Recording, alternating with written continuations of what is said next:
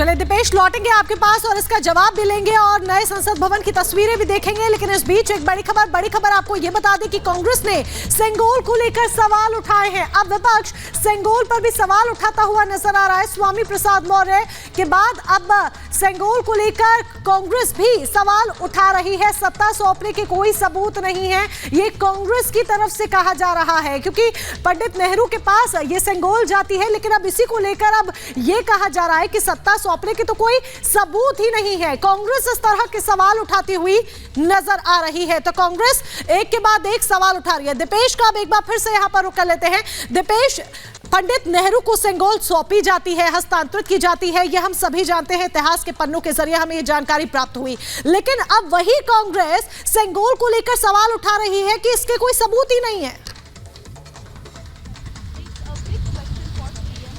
देखिए, यही तो एक बड़ी बात निकलकर सामने आती ना मोनिका, कि आपको 2 दिन लग गए, कल से लेकर आज तक 24 घंटे से ज्यादा का वक्त आपको गुजर गया ये तथ्य निकालने में कि आखिर सेंगोल के पीछे का इतिहास है या नहीं है। वो तस्वीर फिर कहां से आ गई जिसमें नेहरू जी को सेंगोल प्रदान की जा रही है, उनको शॉल उड़ाई जा रही है और सेंगोल भेंट की जा रही है। फिर वो तस्वीर कहां से आई? अगर ऐसे तथ्य नहीं है तो फिर, और अगर सेंगोल इसका इतिहास में कोई जिक्र नहीं है तो फिर उसे प्रयागराज के म्यूजियम में क्यों छोड़ दिया गया था? क्यों उसे स्टिक बता दिया गया था गोल्डन, वो भी वॉक करने के लिए? तो ये तमाम चीजें हैं, विरोध करने के लिए विरोध की बातें हो सकती है। अब जिस सेंगोल का हम जिक्र कर रखे हैं उसका इतिहास बहुत पुराना है और यही कारण है कि जब देश की आजादी हो रही थी, जब देश आजाद हो रहा था, तब लॉर्ड माउंटबेटन ने इसको लेकर पूछा था कि हम सेंगोल नहीं, माफ कीजिएगा, उन्होंने ये पूछा था कि हम आपको आजादी के प्रतीक के तौर पर क्या देंगे। तो फिर ये जिक्र हुआ, उस पर स्टडी हुई और इतिहासकारों ने जब इस पूरे मसले को लेकर चर्चा की तब जाकर ये बात निकलकर सामने आई कि पुराने, अगर हम जिक्र करें इतिहास में, राजवंशों में हुआ करता था कि एक राजा दूसरे राजा को जब अपना सत्ता सौंपता था तो फिर एक प्रतीक चिन्ह के तौर पर सेंगोल देता था। और वही भारत की परंपरा के लिहाज से हम उसे आगे बढ़ा सकते हैं क्योंकि हमारा पौराणिक इतिहास उस पर रहा है और यही हुआ भी। वो सेंगोल दिया गया लेकिन उस सेंगोल को धूल खाने के लिए म्यूजियम में छोड़ दिया गया। अब जब उसे तलाशा गया है, उसे लाया गया है, तब फिर उस पर राजनीति को रखी है। कांग्रेस को अब समझ नहीं आ रहा, एक्सपोज हो चुकी है, उसे नहीं समझ आ रहा कि अब वो किस तरह से समेटे इस चीज को। ये हमेशा ही होता है, सेल्फ गोल करने की तो आदि है मेरे ख्याल से। अमित, कितनी बार हमने इस तरह के जो वाकया हैं वो देखे कि पहले कांग्रेस पूरा रायता फैला देती है, फिर उसको समझ ही नहीं आता कि किस तरह से समेटा जाए। यही कारण है कि अमित शाह ये कह रहे हैं कि संस्कृति से, उस परंपरा से, भारतीय संस्कृति से, परंपरा से नफरत करती है कांग्रेस।